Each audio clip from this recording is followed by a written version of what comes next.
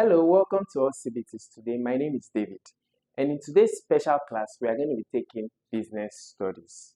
These are likely exam questions that you will come across in about every business study exam, okay, from your GSS level up onto your SS level. You know, your SS exam is always tested from the junior school level up onto the senior school level. So, I've picked out for you the 35 most relevant questions. Very likely questions that you will find out come out in several of your exams, O-level exams, and those related kinds of exams. So come with me as we go through them. We're going to be having a deep, in-depth study of each of them, and I'm sure you're going to enjoy the class. Now, before we proceed, I'm going to give you 3 seconds to be subscribed to this channel, because this is the channel you want to be. So I'm counting down. 3, 2, 1. Hope you've smashed that subscribe button. And as we go through, if you see that you like the video and it's being impactful, please make sure you like the video. You suggest to YouTube that the content is good enough and they can push it to a wider audience.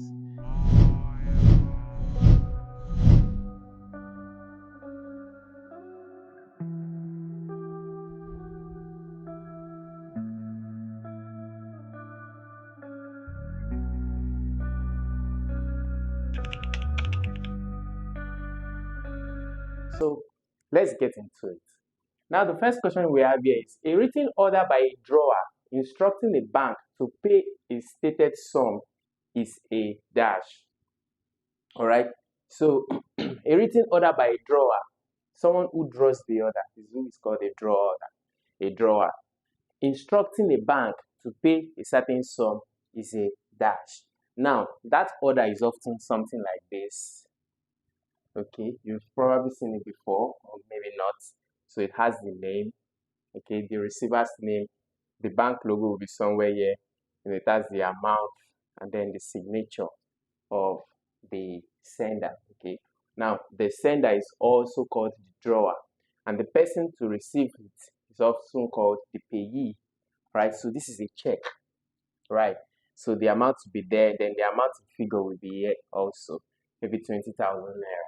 And then the dates.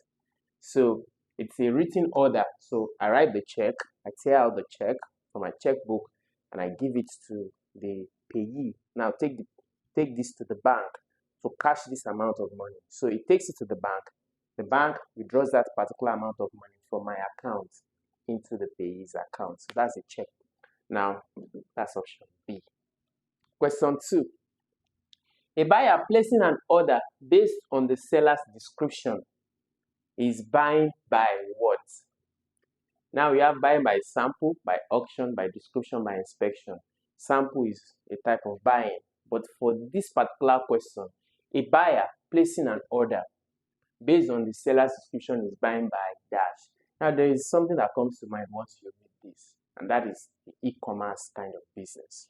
In the e-commerce kind of business, let's say like Jumia, like Konga, you don't need to see the product. You just see the description of the product. You can see the picture. Some might not even put pictures. Some is just a description of how the product looks or what the product do, So buying by description is what this is. Because you've not tested the product. You don't have the product tangibly in your hand to test it and be certain that yes, it's going to do exactly what you think it's going to do. So you are just buying based on what you see in the description on that particular web page or social media page.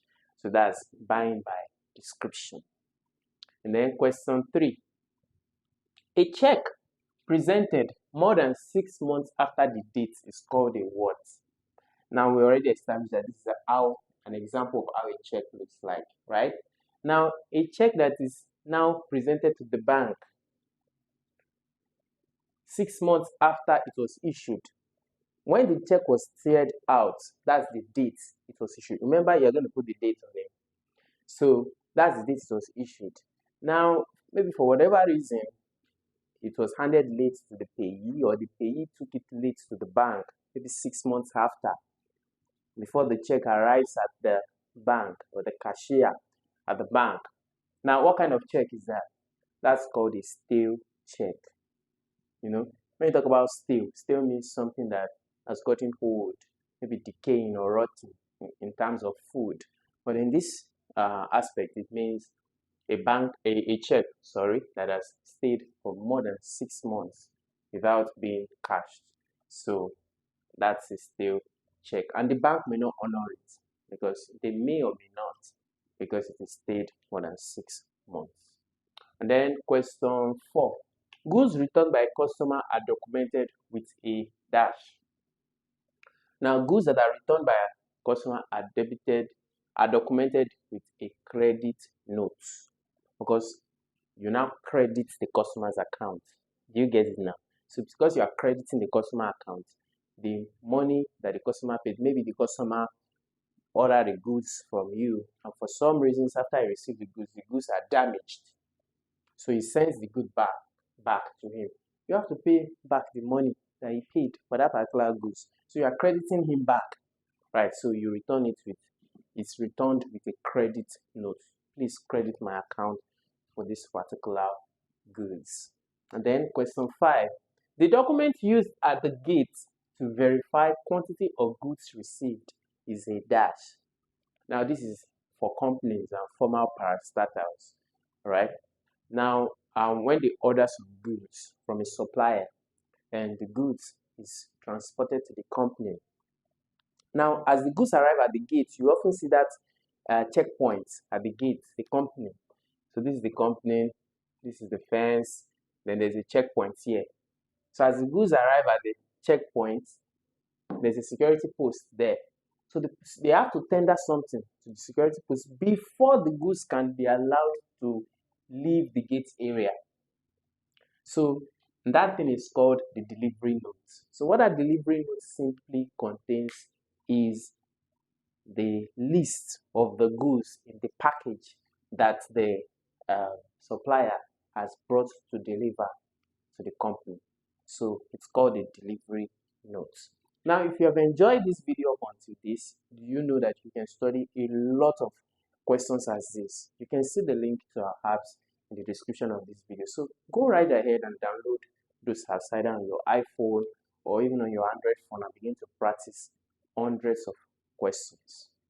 Let's go to question 6. The process of educating buyers on how to make informed purchases is dash. This is simply informed purchases is making the right kind of purchases, not making mistakes in purchases. It's called consumer education. Consumer are the buyers. Buyers are the ones who consume the products that are made by manufacturers, right? So consumer education, educating buyers on not to make unnecessary or useless purchases online, and also to keep themselves, to protect themselves online. Online now is the hub for scamming activities. So that's that. Question 7. The person who keeps record of business transactions in an organization is who? You have the auditor, the accountant, the cashier, and the clerk. So the accountant is the one who keeps records of a business, in a company, business transactions. Now note it to business transactions. What's business transactions? Simply inflow and outflow of a company, the inflow of money and the outflow of money. So it's the accountant. Every medium or big company will have an accountant. Although in a small company, a sole proprietorship kind of company, a company that is run by one man, okay, the man will often do all this job by himself. He's the salesperson, is the customer care, is the accountant, based on finances, right? He's not able to pay all these people to do those jobs, so that's why he has to do all of these jobs. So, but in an established organization, a limited liability company, right, or an LTD, so it's an accountant that takes those records. Question 8. In double entry, every debit must have a corresponding dash. Simple. This is double entry. So you have the debit side, you have the credit side. Then this place might be SN. So you have the debit side, you have the credit side. So whatever you record here, you must record here. Record this as what was debited, record this as what was credited. Sometimes the credit may be here and the debit may be here. Okay. Number 9. Now, the correct accounting equation is dash. Now you have A equals to capital, A is equals to assets. Assets equals to capital minus liability. You have capital equals to assets plus liability. Assets equals to liability plus capital. D, liability equals to assets plus capital. Now, the correct accounting equation is what? That's, let's look at it again. That's C, assets equals to liability. What's liability? The money that, you can say, the money that the company owes, or, let's just say stuffs that the company owes, okay, or that does not belong to the company, but is in the care of the company, it's in the charge of the company. What is capital? Money that the business owners of the company own and are using to run the company. Now, the total asset is the total valuation of that company. So let's say I borrow, let me put 50K here. I borrow 50K. That's liability because it's not mine. I lent it to run my company. And I have assets, my own money, capital, that I put into my company, 100K. So the total assets of the company is what? 150K. So the asset is the total valuation, both the liability and capital that is mine, that is in the company. Do you understand? If you need better answers to these questions, or you need better explanation rather, please don't hesitate to ask in the comment section. And if you want private tutoring, we offer that too. So we offer private tutoring. You can check the membership section so that you can get started and get very detailed, timeless execution of these questions. Question 10. A trader who sells goods in small quantity directly to consumer is called dash. And that's a what? A retailer. You have wholesaler. Wholesaler sells majorly. And wholesaler will often sell to what?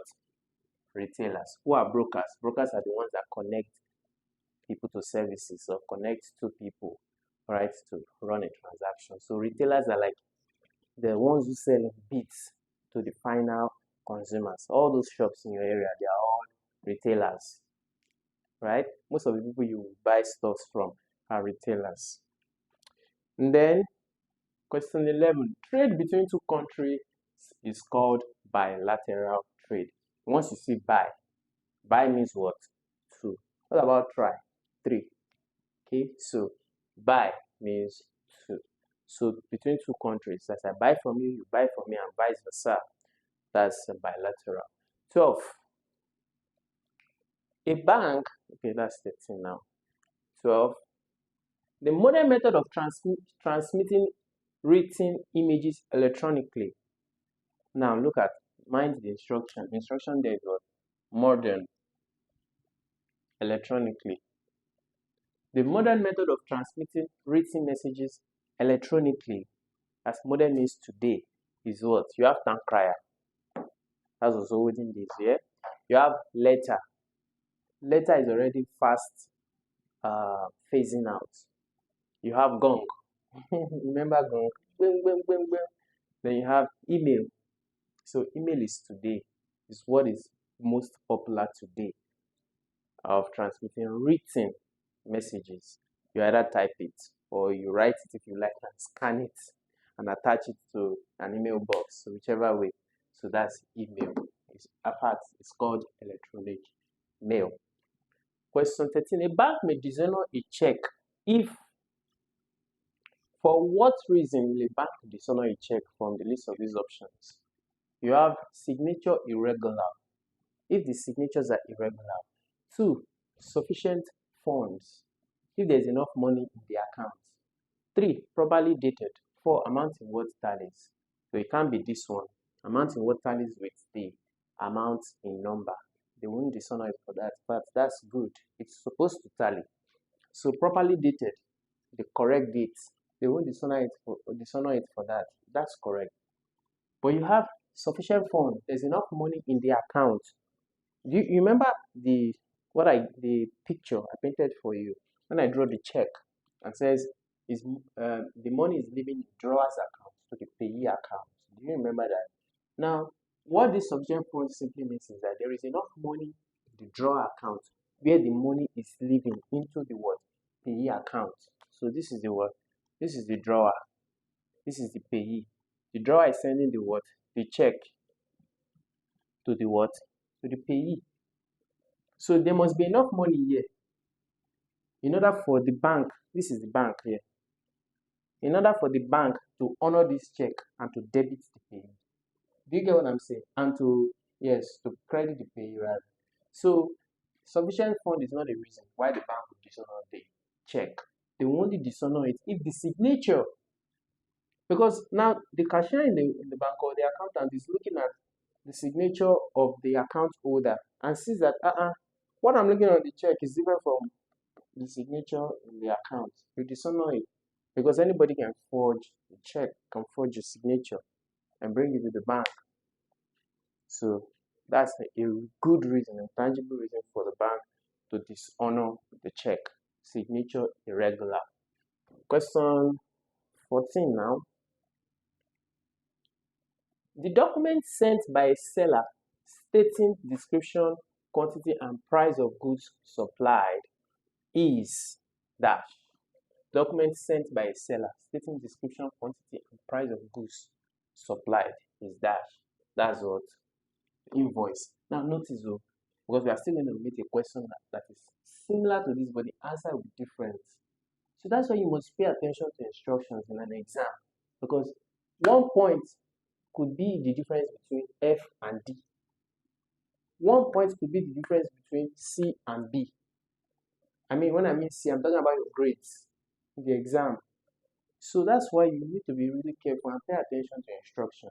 Don't just overlook. So it says the document sent by a seller stating description, quantity, and price of goods supplied. Now, supplied is the key word there. The goods have already been supplied to the final destination. That document that must now, it must either come with the goods as it's on its way to be supplied or emailed to the company. What's that document called? Is invoice. Not quotation or receipt or order. Invoice. In fact, when they, I told you before, once the goods gets to the gate with the delivery note, it is received by a security official, which is security official now calls procurement office. They may either send somebody down or ask the supplier to come in to the procurement office to tender the goods. Now, the procurement of the supplier goes into the office, tender the goods. He has to tender invoice. On that invoice will contain what?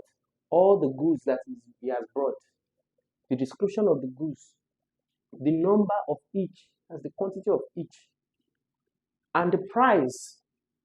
And the price must be correct to what was given him in an LPO. Now, a local purchase order would actually be given to the supplier before he can supply the goods. He cannot just supply the goods. He must supply the goods based on an LPO, which is local purchase order, that was sent from the company. Do you understand now? So, invoice, important. This is the correct answer. Don't get it wrong. If you need better explanation on this, please ask. Okay, ask so that you don't mix it up with quotation, because some persons may go and take quotation. No. Okay, quotation does not work with supply. It is always requested before an order is even made at all. 15. An office arrangement where no walls separate staff is a what or an what? You have seen it before. You just might not know what it was called. So it's, let me give you an example. It's used very well in the banking sector. You see the office large. There are no walls. Everybody is sitting down. There may be cubicles, small cubicles. Do you know what a cubicle is? Okay, don't let all this in. Let's say this is the office setting, and then you see like cubicle. Another person will be here. Another person will be here. There might be a walkway here. Then another person, there will be some set of office here. Sometimes there may not even be cubicle. It might be just desks, chairs, all over the place. If you go to Konga processing office, they use an open office. If you go to junior processing office, they use an open office. Many offices use an open office. It just allows, especially offices that you must work together as a team, right? So that I can communicate. I don't have to come and knock your door or something. I can just say, Bola, please send me the file. That's why bank use open office. So they can communicate fast because they are dealing with a large volume of people, especially those that work on the ground floor where they receive multitude of customers. If you go to Access Bank, UBA, they all practice the open office system. So I can just request from this other staff to give me something I need or to approve something from this or our hand. Remember, all those staff you see in the bank, they are in levels. They don't all do the same thing. And one may have a higher clearance level to another. You cannot initiate a transaction unless, that's why you see they push you from office to offices, because they are all in clearance level.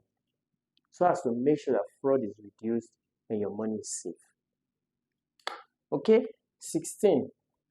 A system of arranging files by dates is called what? We have alphabetical.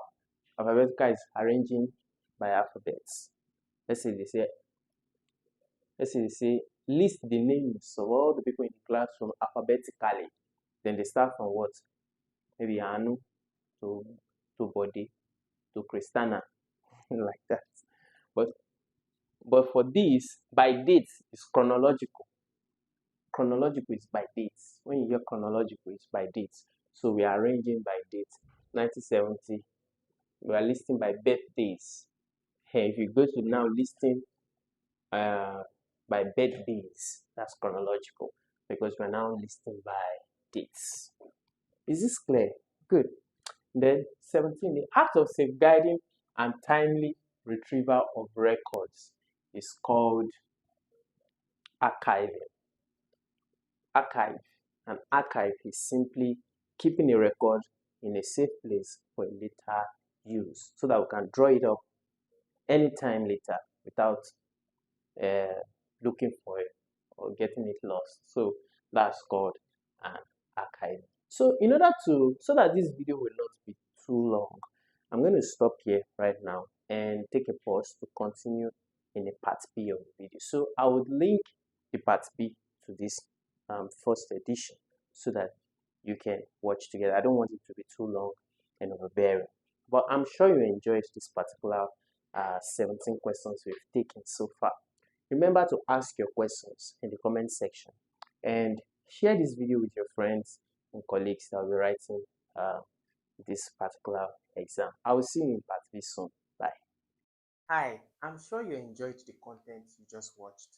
To see more episodes as that, preparing you for your oncoming exams, smash the subscribe button on this channel right now and visit the playlist that we've made for you, covering over 50 types of different exams, including JAMB, WAEC, Cacao,